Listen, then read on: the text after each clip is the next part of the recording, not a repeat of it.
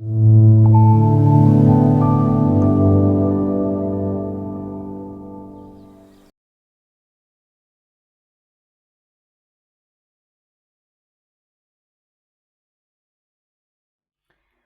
felt that what I am is much deeper than a body or a personality, essentially something purely intangible, nothing, I realize I don't feel the everything component of myself, as in being everything and everyone. Any ideas on how I can get to this realization? Well, your mistake is that maybe, I don't know, I'm not spoken to you in person, but I assume that your mistake is the belief that you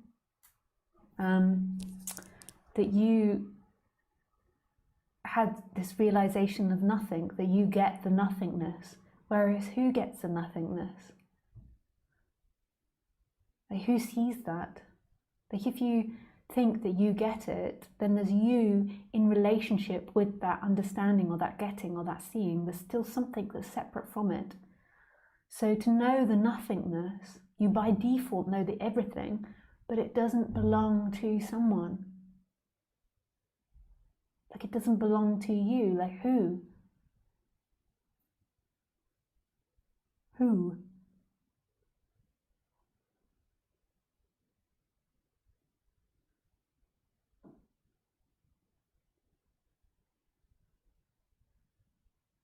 And then this nothingness is everywhere, and all things are this nothingness. It's the same with consciousness. So often in the process of waking up, the person thinks that it gets it. It sees consciousness. I see that's who I am. And then it puts its attention in consciousness or puts its attention in I am. And that's super relaxing for the person, but that cannot be it, because who gets it?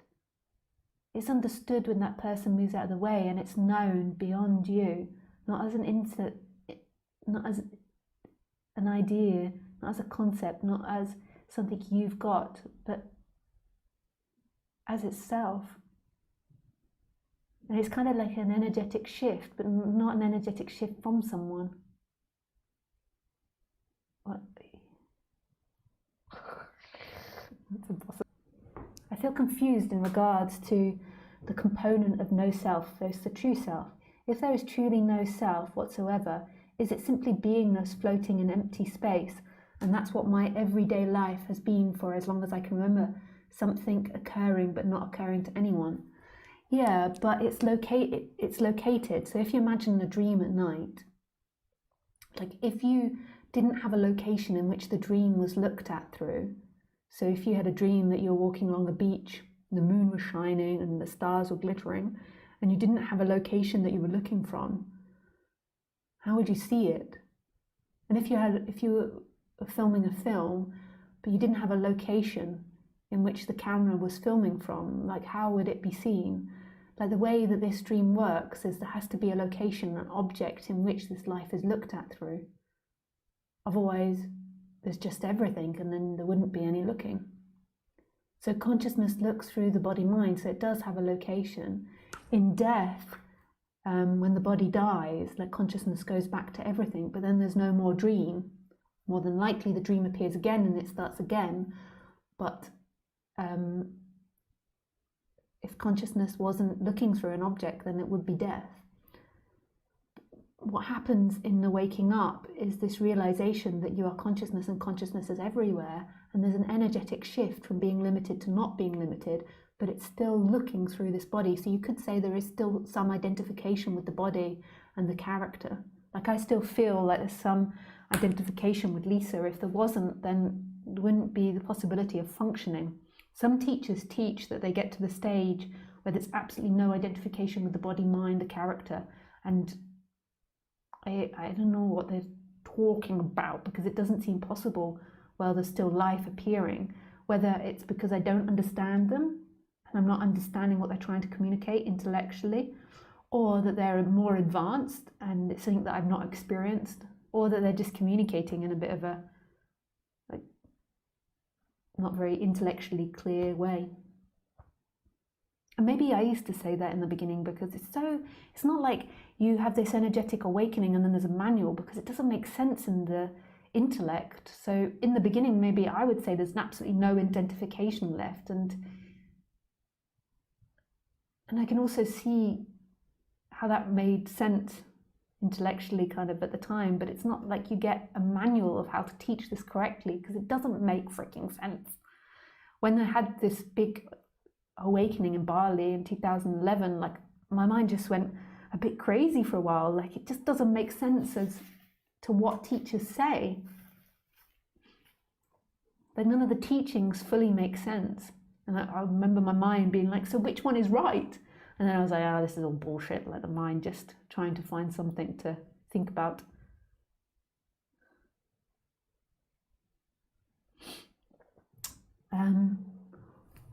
What are your thoughts on self-inquiry practice? I've been doing this practice each day, but unsure where the focus needs to go. One of the teachers I listened to explains to put one's awareness onto awareness itself until enlightenment occurs. Is this awareness that is being focused on simply the being that is occurring in the present moment, e.g. awareness of sights and sounds? It's still a divided place when you're doing the practice of putting awareness on awareness or putting awareness on I am. That's the personal awareness putting its attention on this present moment or on beingness, and there's still something that's conscious of that. So you can see it's a person doing it. What that practice is doing is it's relaxing that sense of self. It's calming that sense of self down. It's stopping the sense of self like going off into daydream land, like in lots and lots of stories, which is really helpful for the person to become more relaxed on the human level. And also what it does, I think, I can't guarantee these things because, as I say, waking up doesn't come with a manual where I can be like, I just look at my manual down here of waking up.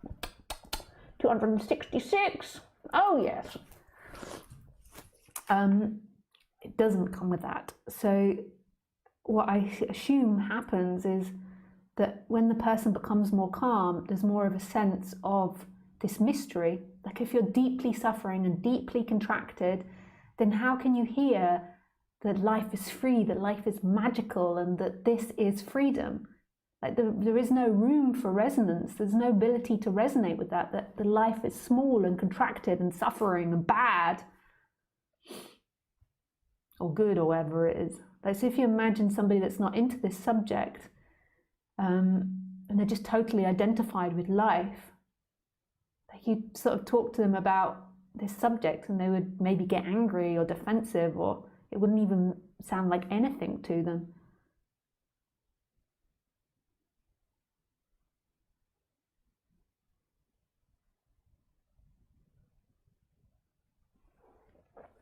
Could you talk about your own initial awakening to what you were, going from identification with a human to your true nature?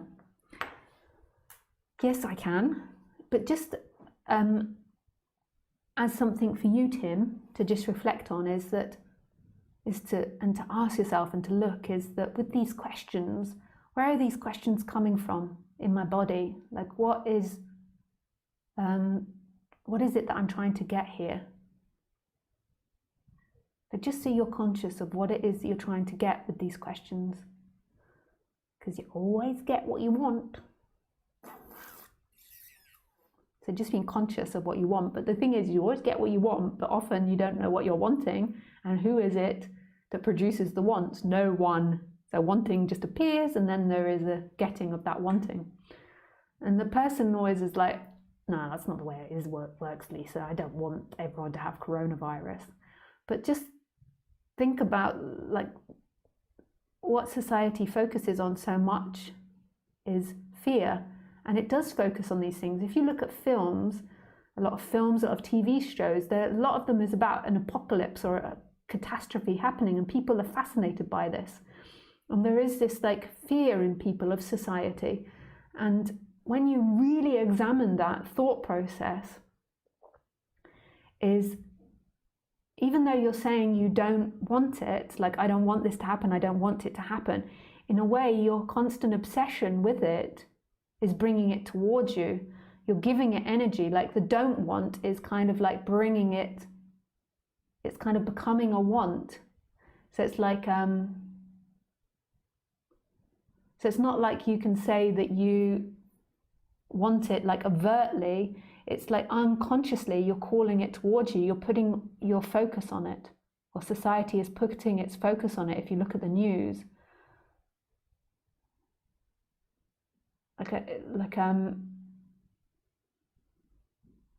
like it's bringing it towards itself. And then what's really interesting is when you ask someone whether they want to give up their fear, so do you want to give up your fear of society?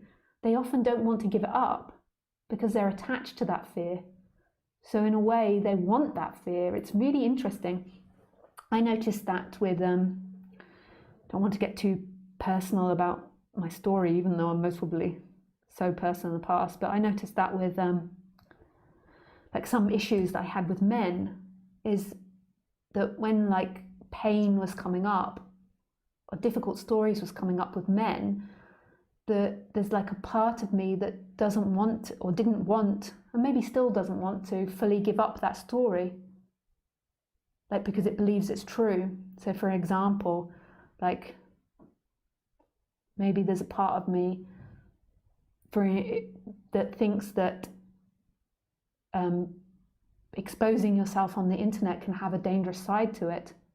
So that is a thought process that's not actually true, but I think there is a part of me that thinks that, and can sometimes be a little bit afraid of exposing myself too much on the internet, like because as a female, like I'm a bit older now, but when I started talking I was like 30, I think. Yeah, and it attracted some male energy that could be sometimes very violent. Like, I know it sounds really abstract to you guys that I say that because you maybe haven't exposed yourself on the internet, but I think it's quite common that when women, like younger women, expose themselves on the internet, they can receive a lot of violence from a particular male personality. And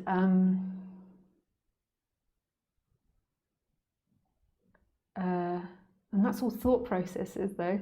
So even though I say that can happen, it's thought processes. And I actually believe the solution is changing my thought process in it. I don't mean being stupid and like doing really stupid things on the internet, but I believe the solution is my thought process.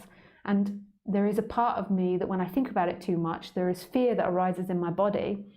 And I'm not ready fully yet to give up that idea that exposing yourself on the internet can be dangerous. And I can feel it. I don't want to give up that idea.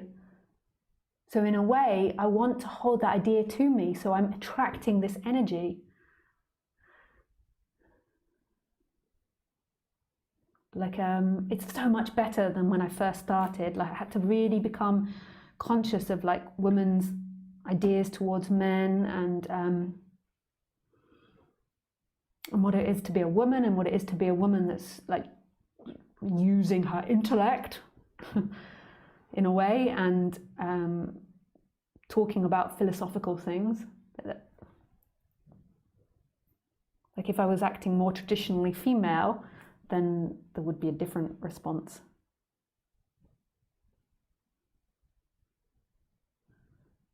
And I really believe that my safety on the internet and my the best way of handling things is my attitude towards it, not actually putting in certain blocks or certain safety nets, even though I do, like I try not to, I have secure internet security on my computer. I don't download things from people that send me things, like etc. I don't do all these types of things, but yeah. And that's like quite a deep psychology that a lot of people won't face because they won't expose themselves on the internet, and they won't be doing what I've done. But you can have it in all areas of life. So maybe with money, like that you believe money is evil, and therefore you're pushing money away from you. And you don't want to give up that story that you believe it's evil, you believe society's corrupt, And so therefore you push it away from you. And then that's what society and money comes from you, for you, and there's this energy, and it's not even you doing it, that's what appears inside the dream. So there's an energy that pushes it away. It's totally impersonal, and yet it's seemingly personal because it's the human doing it. And you can change things, but again, it's not you changing it. So things can evolve over time, you can change your attitudes, but it's not you doing it. But by investigating it and studying it, it changes. But again, that investigation and study isn't yours. So Lisa transforming with this relationship over the internet over the last 10 years,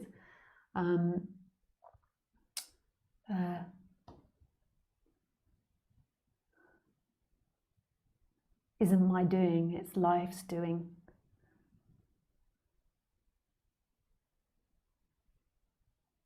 It had a funny effect on me, a little bit of an energetic funny effect on me, exposing myself about the internet and the men. I think a little bit of fear came up thinking about it. So that the body feels a little like a...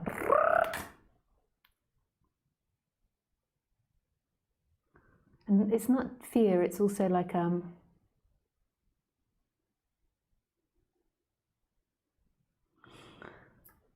talking about it, like not wanting to give other people the energy of that or something. Just give myself a moment to let that energy pass through.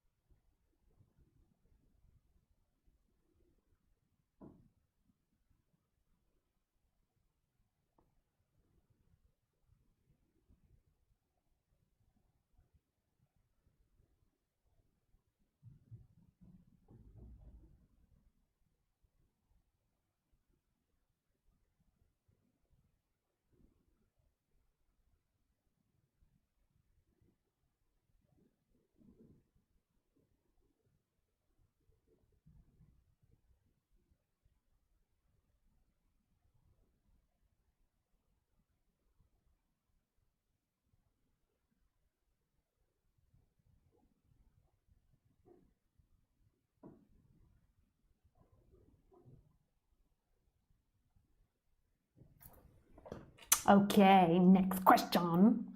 There's a lot, I think.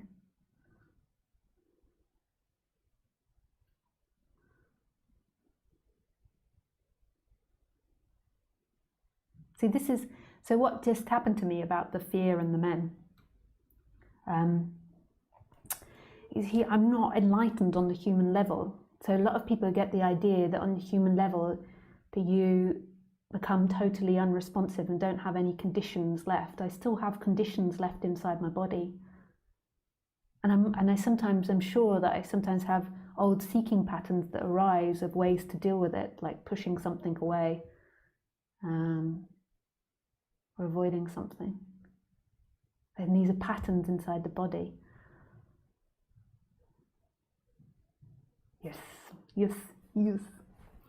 Okay. And I don't know if that ever ends. Like I can see that knowledge and habits and conditions are infinite. Like we could change infinitely the way we are as humans.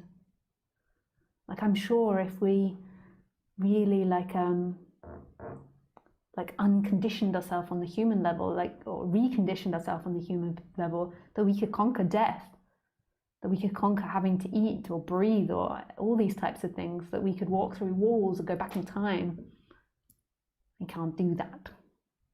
But I think that anything is possible. Life is magic, not logic. Okay. Oh, I didn't finish that. Tim had more questions. Where are you, Tim? Tim. Could you talk about your initial awakening? I don't really remember when my initial awakening was. I have a terrible memory.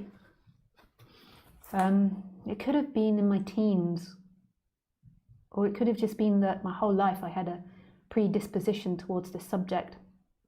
Because as far back as 4, I remember I had severe learning difficulties, and I just had this sense I didn't really speak or couldn't write my name. And I remember at 3 or 4, I remember having this choice that if I didn't become Lisa, I wouldn't be able to be part of the human world.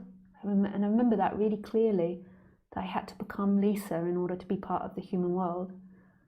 I think a lot of kids have this, they just can't interpret it. And I remember having such a connection to Source as a child, like feeling so much wonder and expansiveness and connection to everything. I couldn't interpret that. And then in my teenage years, I used to do these tantric meditation practices without even knowing it. It just was really pleasurable to listen to music and imagine having boyfriends or girlfriends or people loving me, and just like getting into this really expansive place. And then like coming in contact with Buddhism when I was in my late teens, early 20s.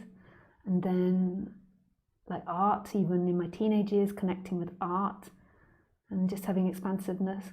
And then when I was 25, I had a car crash, and there was some energetic shift that happened through the shock of it. I nearly got squashed by a lorry and sent spinning around the motorway, we call it in England, highway in America. And then just being absolutely blissed out. And then having many, like being arm as ashram, and just waking up and being like, in the morning, and that happening on and off and not having any reference to it, so never thinking that was connected to spirituality, like just becoming so empty. And then when I was 30, I broke up with my boyfriend Roger Castillo, who's a teacher, and I'd lived with him for 3 years in the Australian bush. And we did such an intense time, and I'd done so much psychology with him and talking about non-duality and no-doership. And it had been like being on a 3-year retreat. We lived in the bush and didn't really have any friends there. I'm originally from England. And then we had 2 dogs, and when we broke up, my life suddenly completely changed overnight. And there was just such a deep sense that at the same time it hadn't changed, like I am and consciousness was everywhere, like nothing had really left.